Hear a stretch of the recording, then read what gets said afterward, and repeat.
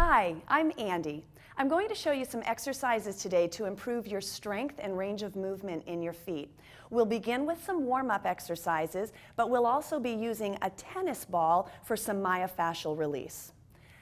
Oftentimes when we think of fitness, perhaps feet are not the first thing that comes to our mind, and yet I'm sure that you would agree our feet are so important for our everyday activities. So let's begin with a warm-up. Just lift your toes, spread them as wide as you can, press them down into the floor. And let's do that together 2 more times. Try to keep the ball of your foot pressing down into the ground as you lift your toes, spread them out, maybe even wiggle them a little bit, and then press them back down into the floor. 1 more time.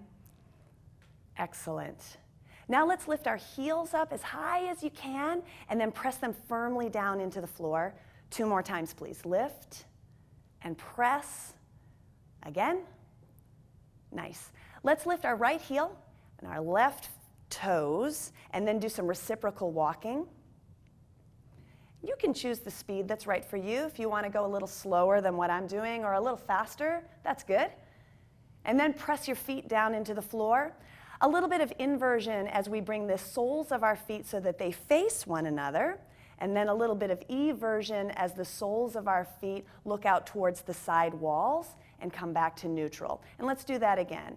In and out. Now as you do that, see if you can minimize the movement in your knees and put more of the movement down into your feet. That's tricky, I'll agree. I have a hard time keeping my knees steady and still, but I think with practice over time, we'll get more strong in our feet. We'll get stronger in our feet and we'll be able to minimize the movement in our knees. Excellent. So one more time, lift your toes, fan them out, and press them down. Great. Now we're ready to begin with our tennis ball. So you can just take your tennis ball, put it underneath whichever foot you'd like to begin with. And there's no real perfect way that this needs to be done. We're just going to gently roll the ball towards the front of our foot, maybe along the ball of our foot, side to side. And then in the arch of our foot, just back and forth. To the heel of your foot, maybe some little circles. And maybe notice where you just might feel some tenderness in your foot or some little aches and pains or just maybe something that's a little different or maybe you haven't noticed a sensation before. That might be a good area to focus a little bit of your attention. I know my heel really feels like it needs a little bit more attention today. Some little circles. And then I'm just going to take the ball and I'm going to roll along the inside of my foot up towards the area behind my big toe and then side to side along the ball of my foot. And then I'm going to end over by my little baby toe and then just make a line back down to my heel.